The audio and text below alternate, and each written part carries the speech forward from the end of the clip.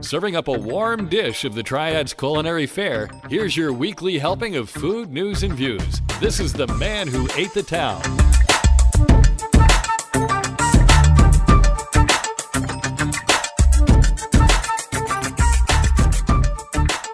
Hey folks, and welcome to episode 212 of the Man Who Ate the Town podcast. This is for the week of August 30th to September 5th, 2021.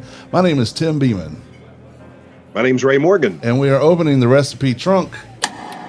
We are recording this episode of the Man Who Ate the Town in the Less Desirable Studios in the lab at Industry Hill. We are practicing social distancing and using Zoom, sponsored by Bull's Tavern. If you're listening to us on your favorite podcatchers like Apple Podcasts, Stitcher, or Spotify, or anything like that, we'd appreciate a like, a follow, and a rating. It would help us tremendously. And hit the subscribe button so you know when the new episodes are out. And if you're listening to us on the Triad Podcast Network, welcome and thank you.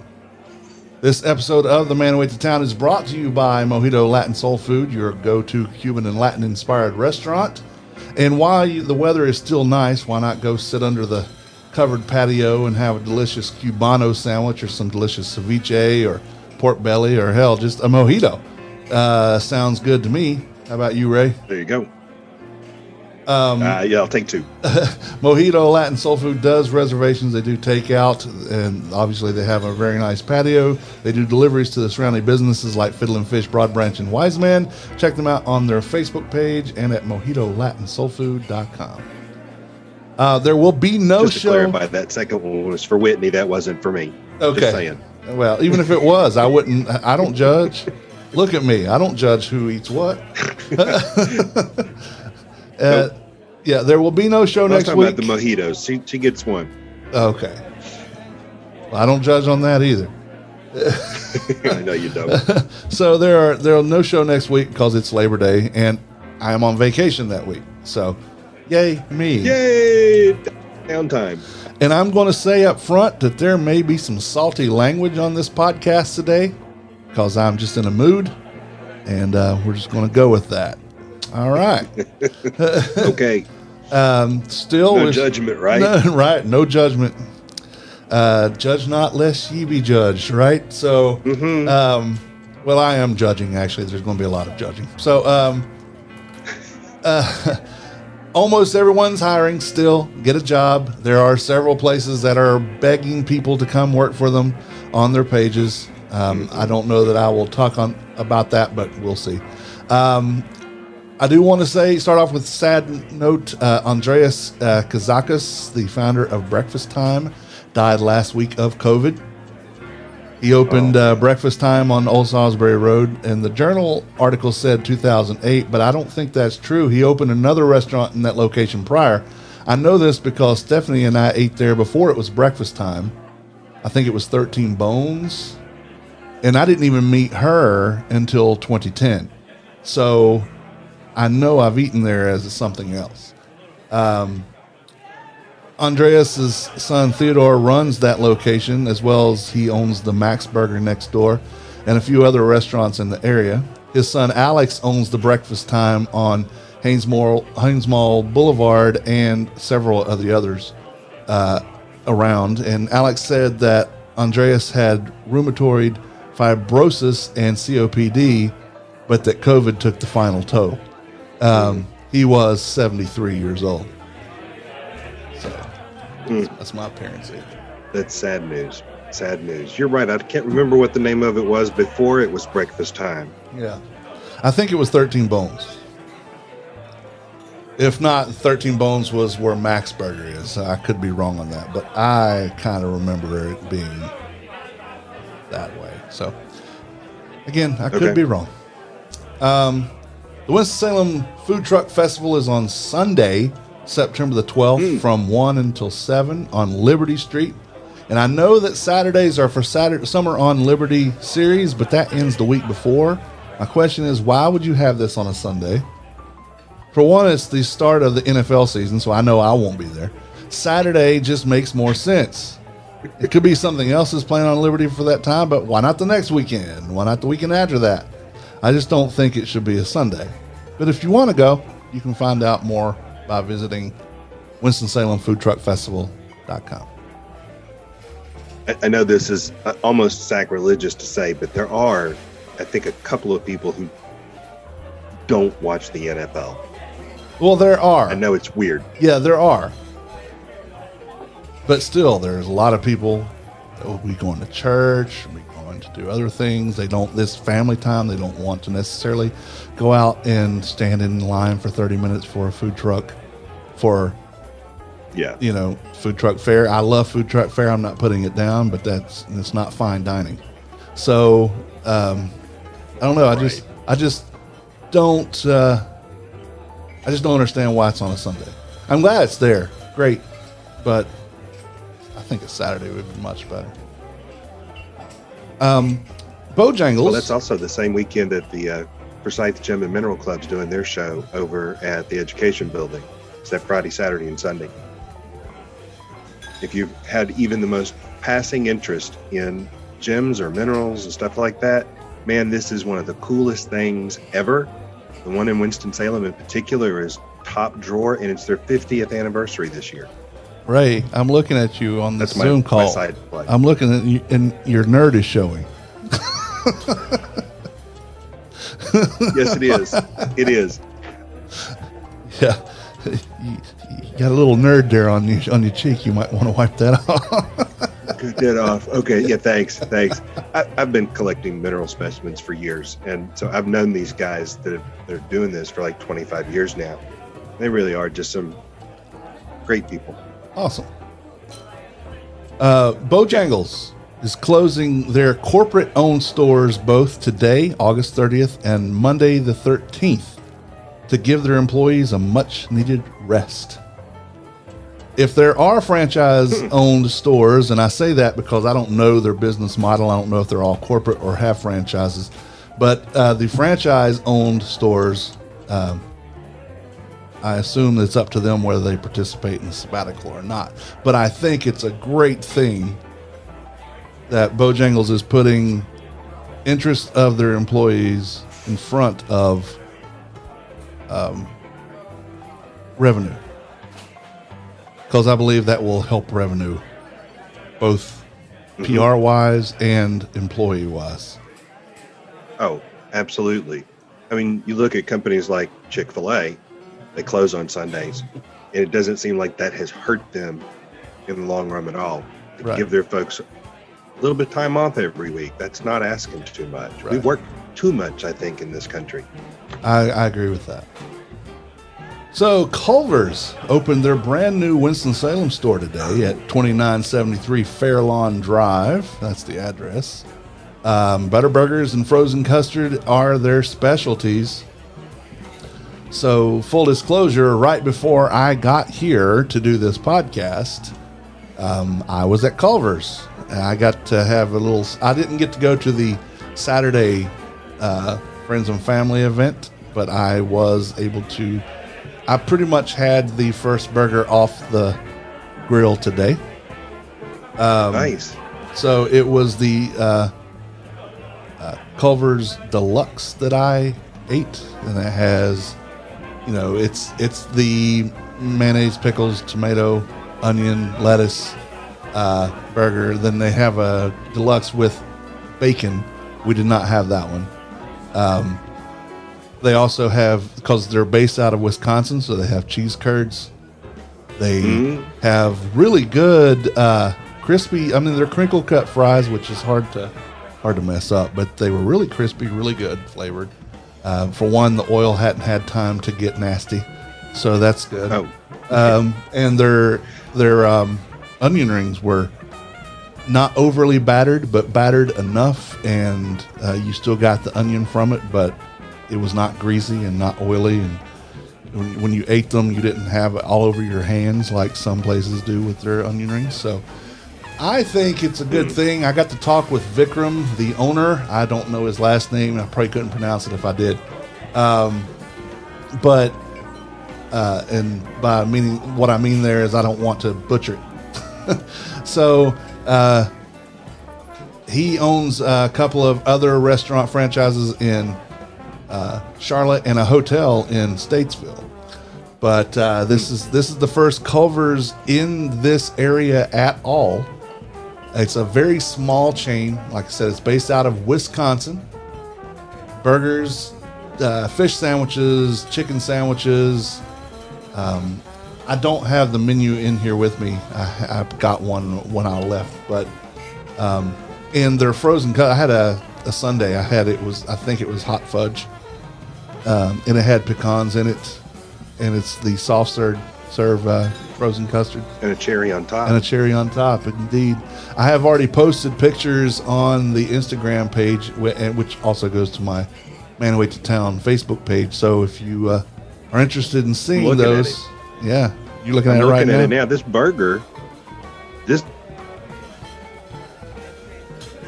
looks good. Yeah, it's Now, there's your- you're there.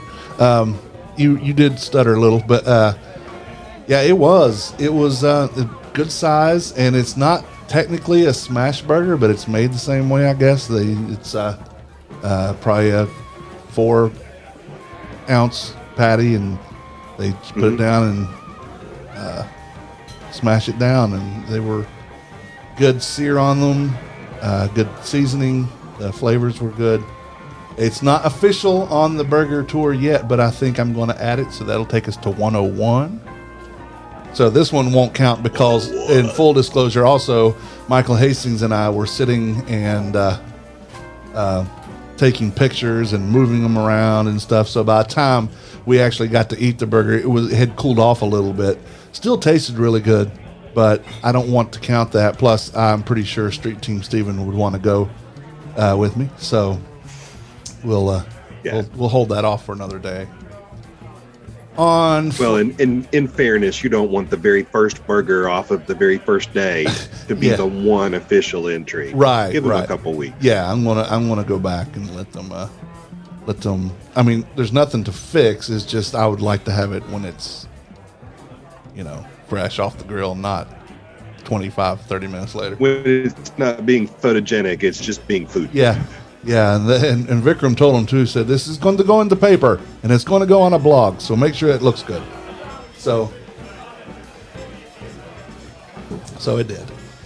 On Friday, Stephanie and I went to Honky Tonk Smokehouse, as I realized I was having a hankering for some Alabama white sauce, and I love their Alabama white sauce. I opted for the smoked sausage with brisket, and brisket with mac and cheese and baked beans. Stephanie had the pulled chicken and fried okra and corn fritters. I've never had a bad meal there. I've gotten a couple things to go, and we ate there, and then we ate there this week. The brisket was not at all dry. It was quite juicy and seasoned just right. It's hard to mess up smoked sausage, but it was great.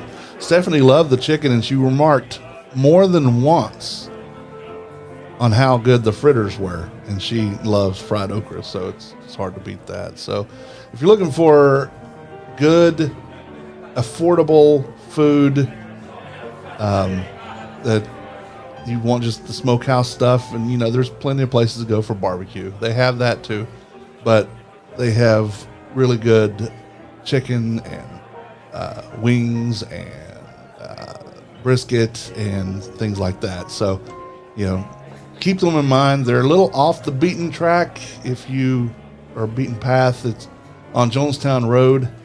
And if you don't know it's there, you might miss it. It's in a shopping center. So right beside Don Zapata's Mexican restaurant. So really, really good. Yeah.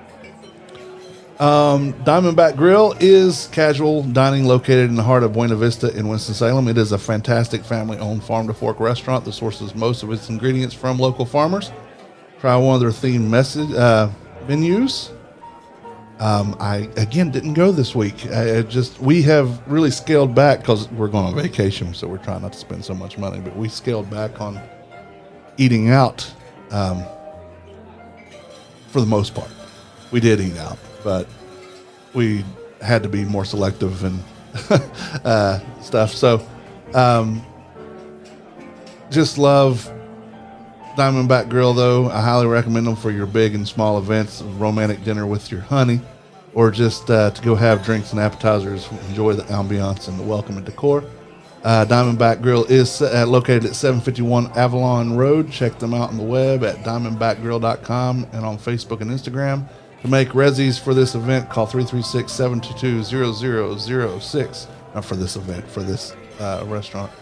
And of course, tell them that the man in town sent you. On Saturday, Stephanie and I went to eat at Delicio's with friends Paul and Susan Jones. They had been closed for 3 weeks due to a COVID outbreak, and it turns out that Tony and Maria were 2 of the 5 employees with COVID. I talked to both of them, and they said it was a horrible experience, both in health and in business. But they're okay. They've bounced back.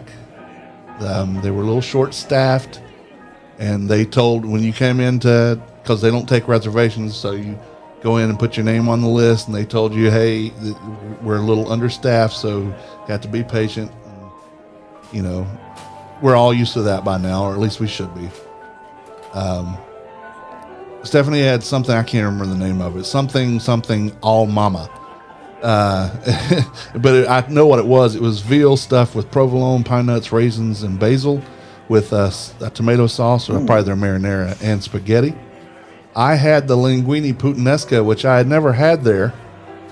Puttanesca has sauteed anchovies, black olives, and capers, and marinara sauce. So it was very, very salty, but not salty, but, you know, marinara. I'm not marinara, but all those salty things. And I actually asked for extra anchovies and so because why not? And shrimp on it as well. So that was, yeah. So it was really, really good. I like shrimp on there. Yeah, it was really, really good. Are you a fan of anchovies? Not really, no. Do you not like them, or you just don't care? I just don't care for them. Okay, well that makes sense.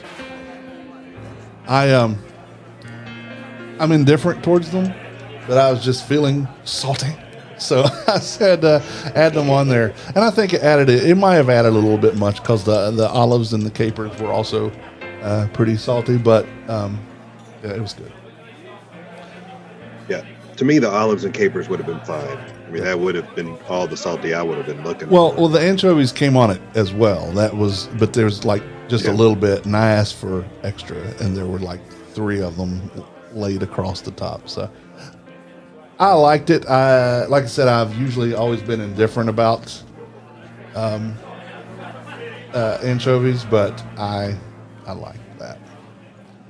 Well, you know, in the hands of the master, the ingredients are transformed.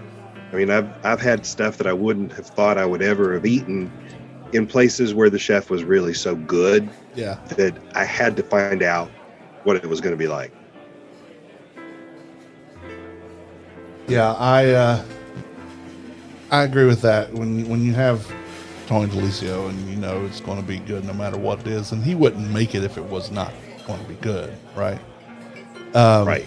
So I'm like, yeah, let's add that on there. And, you know, it's like if eating offal, OFFAL, offal, like glands and things, I wouldn't have that just from any old person.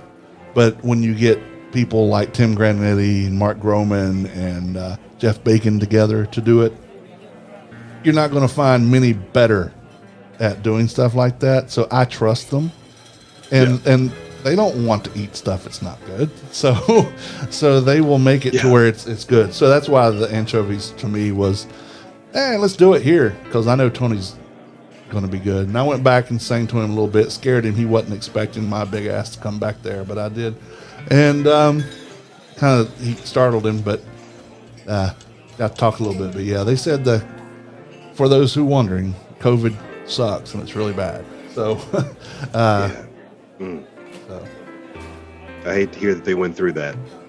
Yeah, and then the kids have it, and their 2 daughters have it, but they have been okay. And one of them has Crohn's disease, so they worried about how that was going to affect it, and it didn't really. And the other one was just like sniffles and stuff. So Luckily, they didn't get it as bad as Tony and Maria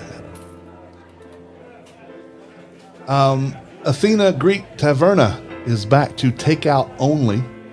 I know it's kind of small inside, so that was has to be tough. They were closed the entire week last week because they were just so burned out. There's only so much you can do without help, right? So, as I reiterate, you want these restaurants to stay in business. Send your friends to get a job when they're complaining they don't have a job. There's plenty of restaurants looking for it. All right, so I might get a little feisty here. Chin Chin had a bit of controversy last week. Someone posted that the wait staff wasn't masked, and the person posting the announcement said that they were told it was a manager's decision. Per usual, and predictably, this set off the keyboard warriors.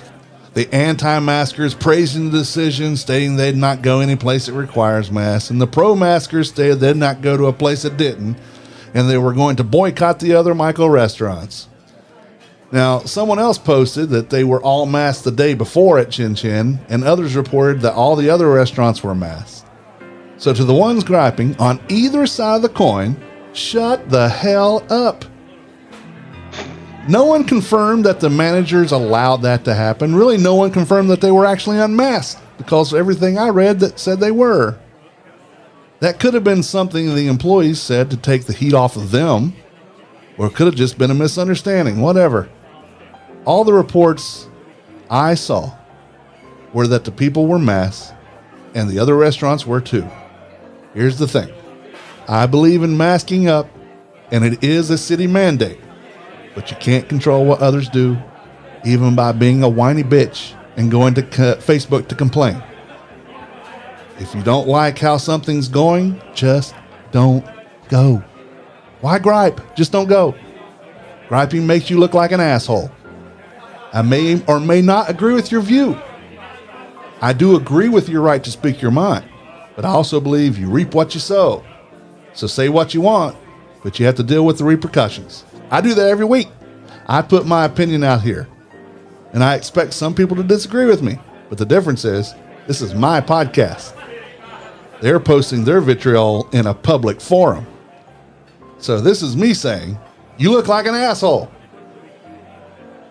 There are the whiners too that say it's just a mandate, not a law, so I'm not wearing a mask.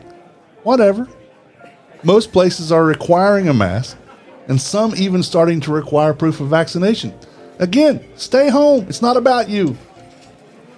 I'm sorry the Michael family had to go through this. I know they, as a family, are very diligent and are rule followers. If it was a manager's decision, then that's causing a rift in the Michael family restaurant's flow.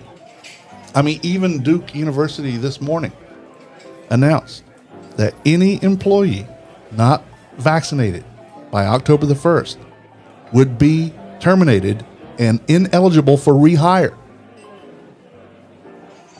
Ooh. Yeah. So even if you got your vaccination after you're terminated, ineligible for rehire because you were a dick to begin with. What we say, don't be a dick. Yeah. So yeah. So with that, Chin Chin and Mama Zoe's have both announced that they are going to be at 50% capacity until further notice. Waldo Wings and Yamas has had no announcement as of yet. So they may change to that as well. And Ruby at Grandma Ruby's says she and her staff were going to wear masks and asked that everyone that comes into the restaurant please wear one. She said, though, she isn't going to enforce it because she and her staff can't go through the beratement and complaints again like they did last time. Then someone, and I'll just call him Sam the Mega Asshole, came on her Facebook page and asked what she expected and to stop coming on Facebook and complaining and playing the woe is poor old me card. Sam the Mega Asshole, just like I said previously to the idiots about Chin Chin, just shut the hell up. To Sam the Mega Asshole's credit, he wasn't complaining about the masks, just taking the opportunity to stick his nose in the conversation and put his quote-unquote 2 cents in. Don't be a dick, Sam the Mega Asshole. Don't be a dick. Had nothing to do with him. He didn't have to respond. He didn't have to say anything. But yet he did. And, you know, the old saying, it's better to let people believe you're an idiot than to open your mouth and prove them right. And that's what he did. All right. Yeah. Sam the mega asshole. Don't be a dick. Okay, so you did warn us that it was going to be a little salty. Yes, I did. Yes, I did. And I'm probably not finished. It's going to be the anchovies. No. That was salty enough. And I'm probably not done. I don't know yet. I might not be done. Camino Real is shortening their hours on Sundays, going only from 2 to 9:30. I think they were 12 to 9:30, but now they cut 2 hours off of that, and I believe it's because of short staff. If you're a fan of Camel City Coffee's summer menu, you have until September 9th. That's next, I believe, Thursday, is it? Yes. Next Thursday. It's the week after my anniversary. To enjoy those drinks, they will be celebrating their second anniversary, and the new fall menu starts on the 10th, which is a Friday. Earl's announced yesterday, everybody else is cutting back, but Earl's announced that they are opening for lunch again on September 6th, which is Labor Day. Their new hours will be Sunday through Thursday, 11 a.m. to midnight, and then Friday and Saturday from 11 a.m. to 2 a.m. So things must be going well there. Glad to hear it. Yeah. Poyums will be closed next Friday and Saturday. I'm assuming that's to, celebrate Labor Day. Probably so. And Quiet Pint was closed through the past weekend after a COVID outbreak. I didn't look at any of the comments to see how stupid people got over that. They should be reopening today. And full disclosure, I checked the list last night and wrote my notes last night, so I haven't looked today. So if they post anything, I have not seen it. But hopefully everybody's okay and everybody tested negative and they can reopen again. Yeah. 237 Fifth, as far as a ramen place, is no more. Really? Coming in September, Tim Walker, who owns Small Batch and who owned Burger Batch and then 237 Fifth, is bringing Timmy's Hot Chicken, the latest place in town to attempt to cash in on the Nashville hot chicken fad that we've been seeing. I'm kind of hoping that fad passes. Fad chicken is getting old. Anyway, I hope this does well for Tim because he's a good dude. And I get playing the cards and see how something works out. But the biggest complaint I hear about Fad Chicken is that in this area, it's pretty obvious that none of the chefs have actually been to Nashville and don't know what it means to have Nashville-style hot chicken. I think the problem is that people either make it too hot, which I think is not the point, or it's not hot enough. Another complaint is it's too saucy. That's my thing with Slappies, which is why I always get the sauce on the side, which their thing isn't a Nashville hot. That's their own recipe. But again, it's too saucy. I don't want that crap running all over my hands. I want to eat chicken. I want to taste the chicken. Yeah. Yeah. Again, I hope this goes well. And I never tried the ramen there, and I hate that I didn't. But they did promote the Raku ramen in Clemens, so they must have thought it was good. And we've not heard anything from Josh Trussler and Bootleg Ramen since, May or June or something? I don't know. So I don't know what he's doing, if anything. But then again, I've never tried the ramen, but I hope to try this. I want to try the hot. I want to support Tim and what he's doing. I like him. I like what he's doing. Speaking of Slappies, no chicken yet, but they are selling their branded almonds at the Coffee Shed, which is in the parking lot of Slappies and Monstercade and all that stuff. Vincenzo's announced that due to, as they said, lack of staff, they are closing all day on Mondays, and the dining room is closed on Saturday evenings. It will be takeout only on Saturdays, and I believe it's now Sundays. No, Sundays are open. Mondays, Tuesdays, and Saturdays, the dining room's closed, and on the Monday and Tuesday, the whole restaurant's closed. So it's just confusing. Go to their Facebook page and look, because they have it there. It was way too much for me to type on here. So I said, yeah, I'm not. I'll just tell people to look and then figure out when you want to go and see if they're open then. Yeah, and always I recommend, if in these times, no matter what restaurant it is, call before you go, just to make sure that all's kosher and copacetic. You never know when they might have had a breakout or something that morning and they closed, and you don't know it till you get there, especially if you're going to be driving any kind of amount of time. So, so just call ahead. Just see if they answer the phone. If they do, just hang up. I'm kidding. Don't do that. But is your refrigerator running? Yeah. You better go catch it. Do you Click. have Prince Albert in a can? Why, Yeah, yes. but I never did any of that stuff when I was a kid. Me either. Wink, wink, nudge, nudge. Say no more. Say no more. Wink, wink, nudge, nudge. I am teaming up with Explore Winston-Salem, an Instagram-based business, but they have a new website, explorewinstonNC.com. Christy Bellis left her job to take on the events and happenings around town and bring them to you, not just food stuff. In fact, she isn't really focusing on the food part. I think that's where I can help her. I will have her on the show sometime, I believe, in September, but unfortunately that's after Ray leaves us. Which is today. I've mentioned it. I'm going to mention it again. The dates have changed. Eat, Drink, Burger Week has been moved to September the 19th through 25th.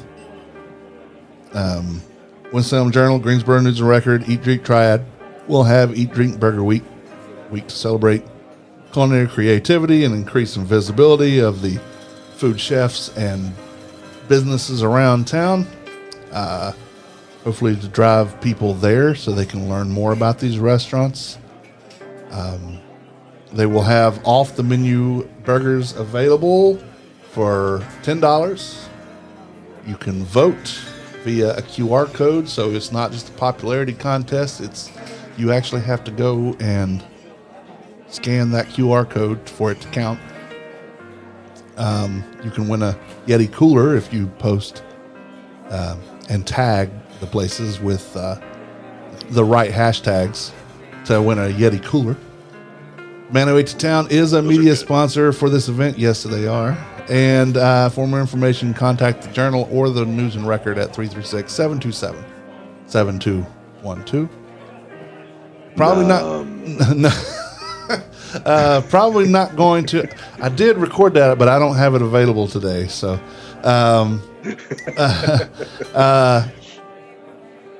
no Yemeni food yet. Probably won't be until a couple more weeks, because getting ready to go on vacation, the last thing I'm wanting to do is stay at home and cook. So, right. Yeah. So, well, always just check where you're going. Maybe. They might have some Yemeni food. It could happen. Yeah. It seems remarkably unlikely, but okay. Yeah. So, burgers. I'm officially calling it 101, and I'm going to count Culver's because there are no Culver's around here besides that one. If it was something, there are Dario's, but that's a local chain to me because they started here. I don't mind that. And even though Cookout does, I won't count that one right now. Not this year. But Culver's, that's the only one you can get here. And so I'm going to assume that I'm putting that on the list. I think it's fair. Yeah. One official burger this week. No unofficial burgers this week. Street Team Stephen and I went to Char's on Walltown Street. I had been to that one only one time, and that was about a year or so ago. I used to go to the one on Peters Creek Parkway where the Enterprise Rent-A-Car is next to the Roach Motel there. Innkeeper or whatever it's called now. Back then, it was okay to have the double cheeseburger, and it was enough. But I'm pretty sure the double cheeseburger was bigger back then. Stephen had asked people on the Winston-Salem Eats Facebook page recommendations of what we should try. And everybody's going on about that double cheeseburger. Well, let me tell you something about the double cheeseburger. It's just enough to piss me off. That's the double cheeseburger. It's like a 1 ounce patty on top of a 1 ounce patty. It's nothing to this burger. We had a foot long hot dog. It was okay. And then we decided, we should have just gotten the quarter pounder. And we did get the quarter pounder. And that was plenty of burger, really. It was worthy of a rating. It got rated. And it was a quarter pounder, which was still double, but it was 2 1/8 pound. Mayonnaise, pickles, tomato, onion. Yeah. So classic style. Yeah, classic style. Yeah. It was worth rating. So, you didn't feel like you were jibbed by going there and having a burger. You enjoyed yourself. Right. Yeah. If we were just rating that double cheeseburger, it wouldn't have done very well. Not saying that the quarter pounder did fantastically, but it was worthy of whatever rating it got. That double cheeseburger was, again, just enough to piss me off. Now, there's a chance this Friday, and I'm not exactly sure yet because I don't know what Stephanie and I are doing yet because we're dependent upon my brother-in-law. So, we might go to Boondoggies with Steven Friday. Okay. That's the day after our anniversary. So we'll see what's going on, and it may be that I just don't have an official burger this week. I'm sorry, you going back to Boondoggies is like you're revisiting the champ. I know, yeah, that is the champ. The defending champion. You need to call them. It's only fair. They're defending their title. You got to call them and let them know, hey, we're coming. You need to do your best. Title's on the line again. Well, but see, the thing is if I do that, then I've given them an unfair advantage. And they were the champion. They deserve one unfair advantage. No. Hey, the thing is, it's going to be amazing anyway. So, I don't think they'll need any heads up. Only thing I'd need to do is make sure they're open that day. Well, yeah, I need to practice what I preach. That far. Yeah, exactly. So yeah, that's where I'm standing and all that stuff. Food Holidays are sponsored by Carrabba's Italian Grill, located at 587 South Stratford Road. This is no chain. It's a responsible family of restaurants. It's in their charter that they treat their communities like their family. And for us, having a fantastic franchisee like Daniel Butner is nothing but wonderful things. It does not suck. They're featuring their iconic dish, Chicken Bryan. They also have the Johnny, which is the Tuscan grilled sirloin marsala with the chicken brine. They still have the lentil and sausage soup. I would highly suggest that. Anything there is going to be good. Their sangrias, their flavored sangrias are good. They have draft beer. So, yeah, check them out, Carrabba's.com.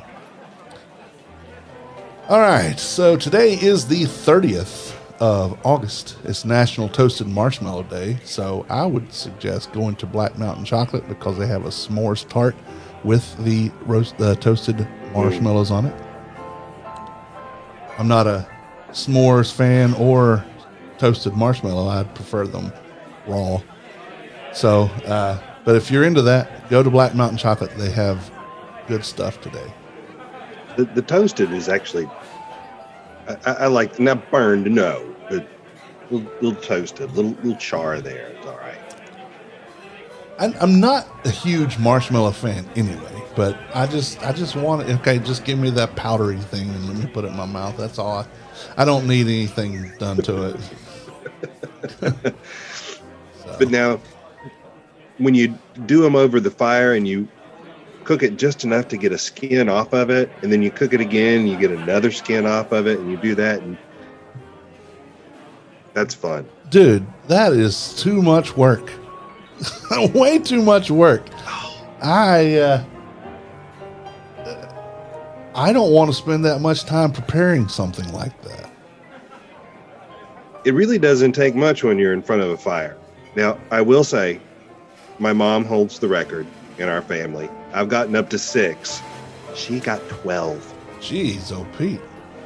So what does she do that? What does she do with them when she skins them? You eat it. Oh. It's just like taking a slice off of a roast, right? You take a slice off and you eat it. You take another slice. But with the marshmallows, if you cook it just a little bit over the fire, get it nice and toasted on the outside, when you pull it off, you just eat that. So you get a little bit of that smoky flavor along with all the marshmallow. And then you brown it again, take that off and eat that. I've seen her do it up to 12 times on one marshmallow. Wow. Go mom.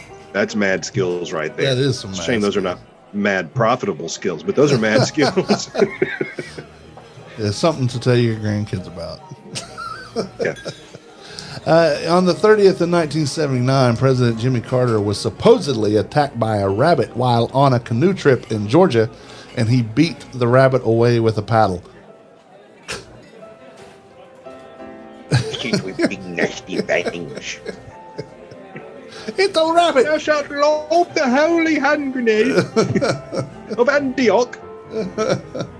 In 2007, on the 30th, Michael Jackson, not the singer, but a leading beer critic, died at the age of 65. He was the author of The World Guide of Beer and wrote articles for various newspapers and food magazines. He was also known as the Beer Hunter. And he was a good dude. I actually talked to him, not physically talked to him, talked to him once. So, on the 31st, Brush with greatness. Yes, on the 31st, National Trail Mix Day. Oh, I can dig it. Okay. Yeah, and yep. And there's a chocolate peanut butter trail mix that's out. That's careful with that one. Oh, okay. It's easy to go the whole bag. Wow, then you don't feel like walking on the trail. It's National Eat Outside Day. And I meant to say about the Culver's. Culver's is, for the first 3 weeks, it's drive-through only. They're not having anyone coming in. But you can get it in your drive-through, and then they have plenty of outdoor seating right now. So you can park and still eat there. Good. So you don't have to try to get it somewhere and keep it warm. You can eat it while it's still warm. So there's your opportunity to, on tomorrow, the 31st, go by Culver's and get it and then eat it outside. Or just eat it outside anyway, There's one other place that you could go and have food or drink outside that is a remarkable, wonderful place to do that. Where's that? Mojito. Just saying. Yeah. Just saying. That outdoor patio really is. Yeah. And the good thing about it is it has fans, but it's also a natural breezeway. So the wind comes through there. It's not quite as fun, I'll be honest with you, when the weather is cold. Because last year I had to sit out there, and it was probably a wind chill of about 9, and that was not at all fun. But yeah, the food was good. That's all that mattered. On the 31st, in 1817, a 7.5-foot sturgeon was captured on the Passaic River in New Jersey. It was taken to the Passaic Hotel, where it was served to its captors and their friends. 7.5-foot sturgeon. Can you imagine the caviar they got out of that? That's a lot of fish. Yeah, it could have been a male fish, though. It wouldn't have caviar, but still. On the 31st in 1900, Coca-Cola goes on sale for the first time in Britain in a restaurant in Spence's department store in London. In 1921, the first successful demonstration of aerial crop dusting was performed by Lieutenant John A. McCready in Ohio. He was flying a Curtiss Jenny plane, and that is real crop dusting, not farting and walking by somebody. I tried to wait till you were drinking. We do that when I'm taking a sip of coffee. Yeah. That was funny. In 1993, Canada orders a complete ban on cod fishing after stocks dwindle. I think they're back okay now. In 1995, the summer was so hot in Missouri that at the end of July, methane gas emitted within large bales of freshly cut hay began to spontaneously combust. Wow. Yeah. That Midwest stuff, man. Heat. That's a different kind of crop dusting entirely right there. Yes, it is. In 2007, on the 31st, a bull escaped at the Minnesota State Fair. It rammed into a fire hydrant across from the all-you-can-drink milk booth and fell dead next to the hydrant. So, oh, yeah. Ow. Yeah. I was going to say bull meeting hydrant. That doesn't sound like a really good choice, but it's a bull. So it was a bull, and funny, it was right across from the milk thing, which it's my wife's milk. Oh, it's red. I must go after it. So September 1st is traditional oyster season begins because any month that has an R, which would be September, October, November, December, January, February, March, April. Those months are official oyster months. If you get them in May, June, July, or August, then they are, if they're farmed, that's okay. But their season from naturally wild caught oysters are not good in any month that does not have an R in it. Interesting. Yeah, the first is also New England Apple Day, National Cherry Popover Day, National Gyro Day, and I would say get your gyro at Yamas. Absolutely, I would second that. Yeah, their gyro is fantastic. I'd have seconds. And they do it traditionally with the French fries on the gyro. Yeah. It's good stuff. Yeah. The 2nd of September is World Coconut Day. The annual Coconut Day was declared on the 25th Asian and Pacific Coconut Community Session ministerial meeting held in Vietnam in 1998. It is aimed at generating more awareness on the importance of coconut and attracting more investments to the sector for the welfare of coconut farmers. Good cause. And I like coconut. It's also, now I've never heard of this. I mean, I'm sure that we talked about this last year, but I have never in my life that I know of seen a blueberry popsicle, but it is National Blueberry Popsicle Day. I don't remember seeing one either. Yeah, but maybe that's the point. Now they're extinct, and so they want us to remember that they used to exist. Maybe we could have the blueberry popsicle version of Jurassic Park. There you go. It come from a piece of amber, a frozen blueberry and amber. So on the 2nd, in 1752, it was the last day of the Gregorian or the Julian calendar.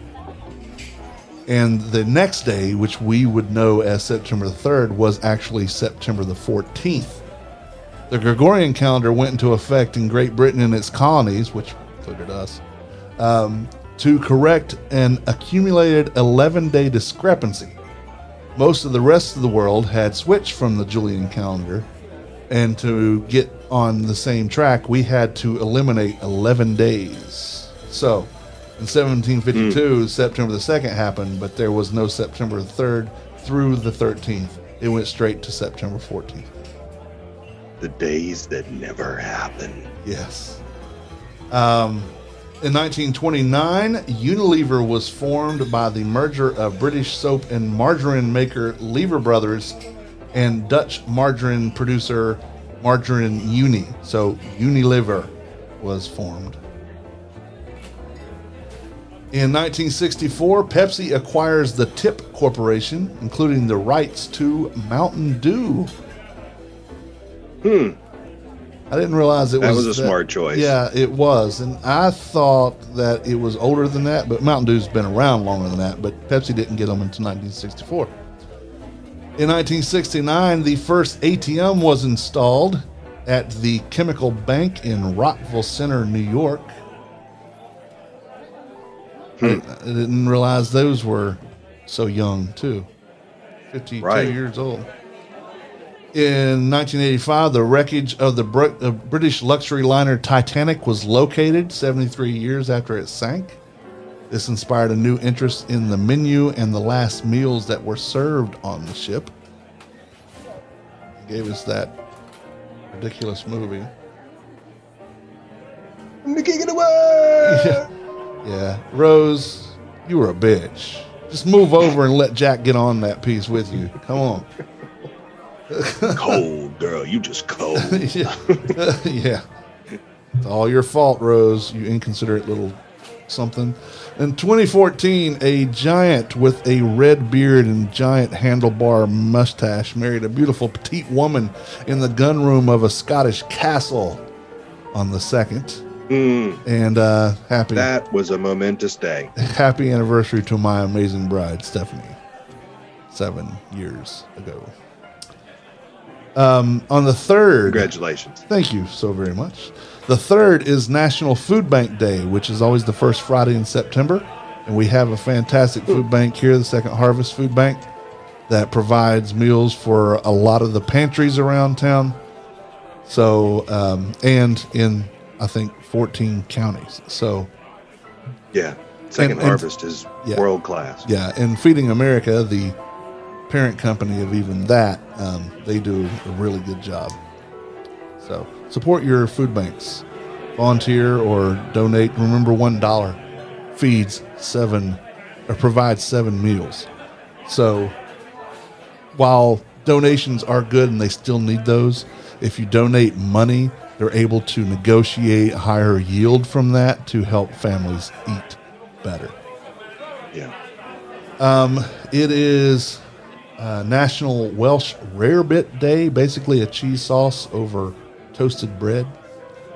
Yeah, I don't know why it started off being called rabbit, but the British translated it later to rarebit, and because there's no rabbit involved, it's just the cheese. It's a melted cheese sauce over toasted bread. That's what rarebit is. Welsh rabbit. Yeah.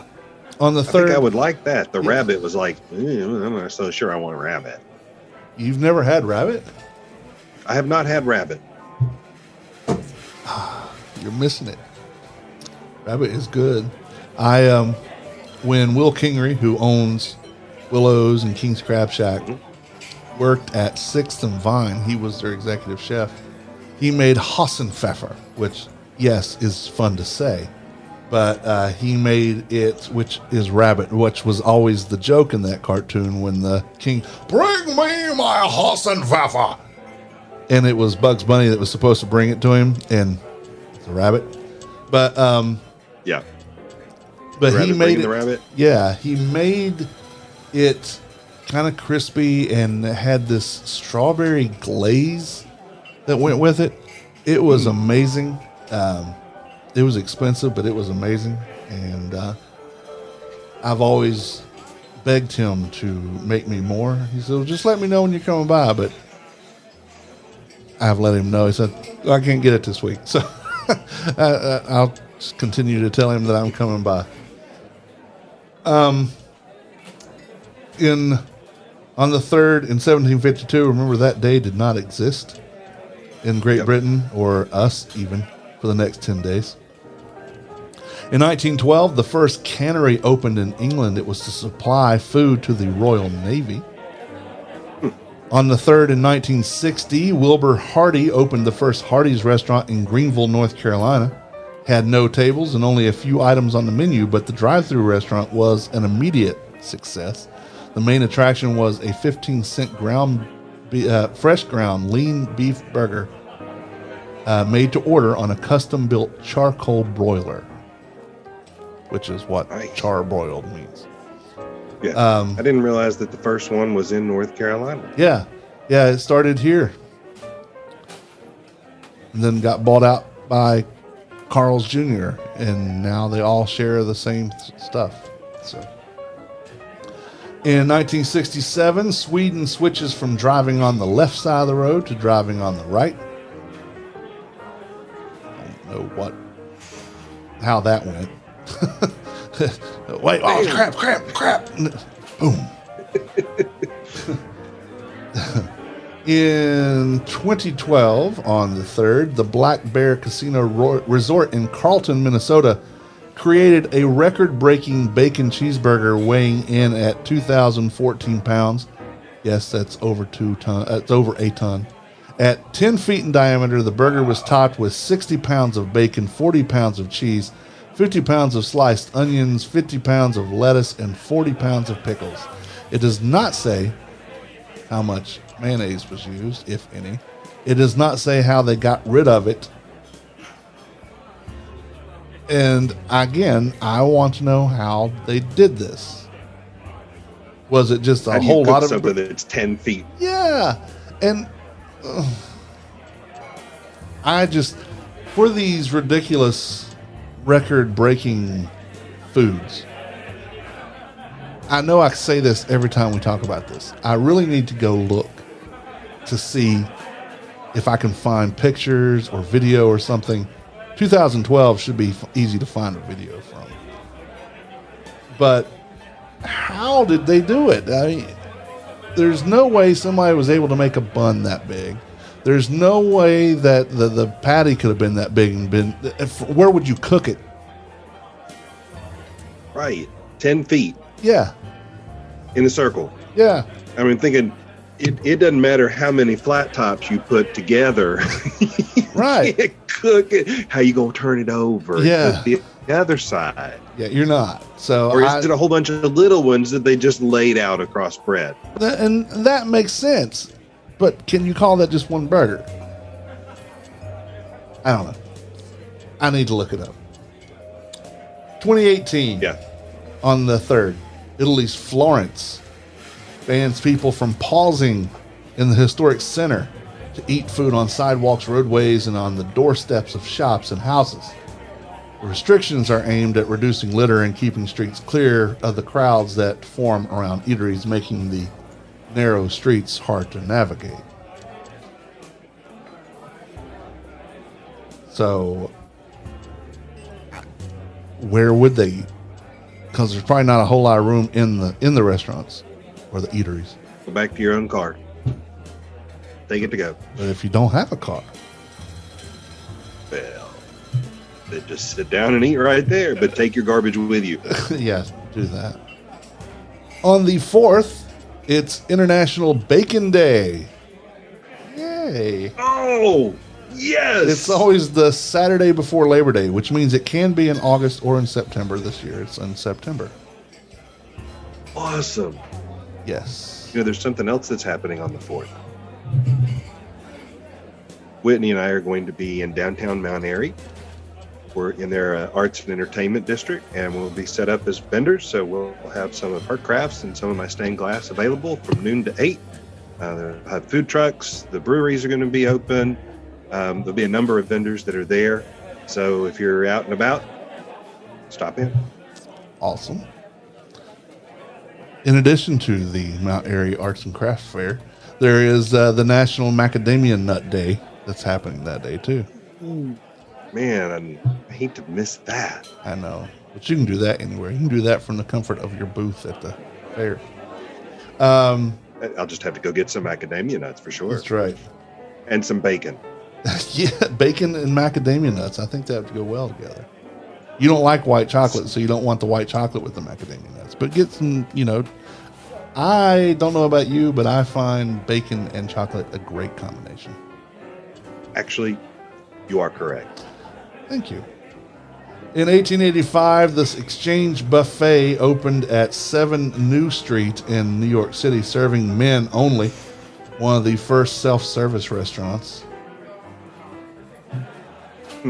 In 1904, the St. Regis Hotel opened in New York City, built by John Jacob Astor IV. It was the first hotel to have central air conditioning and heating in every room. In 1962, Especially like him. yeah.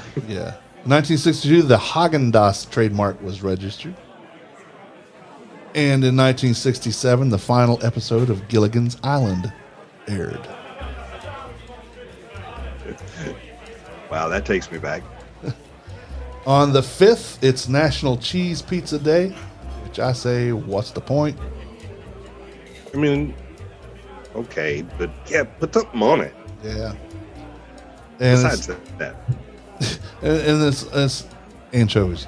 And it's National Waffle Week. Starts on the 5th. So. In 1698... Good excuse to go get some chicken. Exactly. In 1698, Tsar Peter I of Russia imposes a tax on beards. I'd be in trouble. Yeah. Well, I'd be in trouble too, but probably less. Yeah, my tax would be heavy. Yeah. It's either that or the women that pretend to be gay men's wives. Aren't they called beards? You're right. You're getting taxed. We know what you're doing. All right, you're really gay. You're going to pay an extra tax. Okay. Thank you. Go about your day. In 1933, on the 5th, Cutty Sark trademark was registered for whiskey and other distilled liquors. So, that's your food, holidays, and history for this week. Special thanks to James Ealer at foodreference.com for making us chuckle, roll our eyes, get us excited about chocolate-covered bacon, macadamia nuts, and wondering how in the wide world of sports did they make a 10-foot burger that weighed a ton. And see, without James, we would have never even thought about those things. Thank you, James. Man Who Ate the Town podcast is part of the Less Desirables podcast network. Along with this podcast, you can listen to Less Desirables, The Beer Dads, Fan Interference, Beeswax, Vital Daily, Wheeler's Dog, and Asylum, Tales from the Devereaux Diaries podcast. You can find all of them on their network website, which is tldpodnetwork.com. You'll also find social media links to each one as well. And be sure to hit the subscribe button and the latest episodes. Get the latest episodes as they are released. This is a reminder to all the listeners, and it's good practice, not just now, but for always. Wash your damn hands. Wash with warm water and soap. Wash with that soap for 20 seconds or more. If you're wondering how long 20 seconds is, just sing this. Once upon a time you dressed so fine, threw the bumps of dime in your prime. Then you, people call, say beware doll, you're bound to fall. You thought they were all kidding you. You used to laugh about everybody that was hanging out. Now you don't talk so loud. Now you don't seem so proud about having to be scrounged. So the Highway 61 Revisited album was released 56 years ago today. Wow. Mr. Bob Dylan. Bob Dylan. Bob Dylan. Oh, he opened the doors for a lot of people who couldn't sing. Yes. But you know what? He, along with Lou Reed and a couple other people, John Prine being one, they were great songwriters, but I would much rather hear Yeah. somebody else sing their songs. So Yeah. Absolutely. Lyrically, they were geniuses. So, Ray, this is your last show with me. You've been with me since episode 88. This is number 212. I think you missed about 3 episodes with me. That means you've done 121 episodes with me. Wow. You not only brought a lot of personality to the show with a lot of business and industry insight, perhaps from a different angle than I come from, but you also brought some stability that allowed me to develop my approach and my online personality and my brand. We've had a few handfuls of guests, tested some great food, and I'd like to think we've had a fantastic run together. I love you like a brother and appreciate not only all the Mondays, but those Fridays that we've gotten to spend together, our personal conversations and the pastor and atheist debates that were all fantastic. You made me a better host and a better person.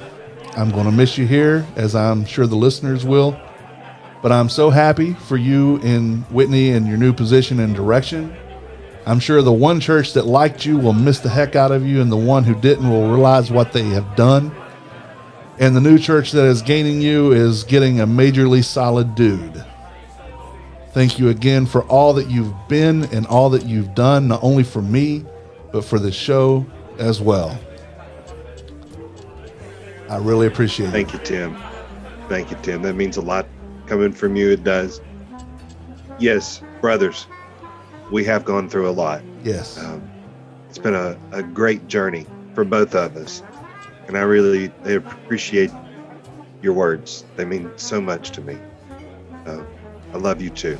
And I wish you only the best with The Man Who Ate the Town. I hope some of the stuff that you're doing, these collaborations you're doing where you're providing the photography from your perspective, where she doesn't have that. Yeah. I think, you've got other stuff in the fire. I'm excited about where you're going. And I'm not going away. I'll still be around. So I'll still be in touch, keeping tabs on how the empire grows. Excellent. I hope that you are, because you're a family, and you will be for as long as you want to be. Yeah. Keep an eye on my. You're absolutely welcome. Thank you. I can't say that enough. And there's not enough words in the English language to portray how appreciative I am of what you've meant to, again, not only the show, but to me. Thank you, Tim. Keep an eye on the blog and this podcast to find out more about food news and happenings around town. If you have any food news, send an email to tim@themanwhoatethetown.com. You can contact us on Facebook, Instagram, or Twitter Instant Messengers. Like us on Facebook. On Twitter, we are man8thetown. On Instagram, we are man8thetown. And now we invite you to call and leave a voicemail for the podcast. Actually, any podcast on the TLD network, you can call 336-422-6862. That's right. For the last time live in person, 336-422. Numb. Leave us a voicemail and we will play on the podcast. Again, 336-422-NUMB. 6862. Numb. Well, my name is Tim. My name's Ray. And we are closing the recipe trunk. Until next time, thank you for reading. Thank you for listening. Bon appetit. Yamas. The views and opinions stated by me or any of my guests are solely those of ours and do not necessarily reflect the opinions of our hosting companies, distributors, enemies, friends, or relatives. This podcast is copyrighted and cannot be reproduced or distributed without express written consent of the Man Who Ate the Town, that's me, and Such Limited Inc. However, if you ask nicely, we'll probably let you.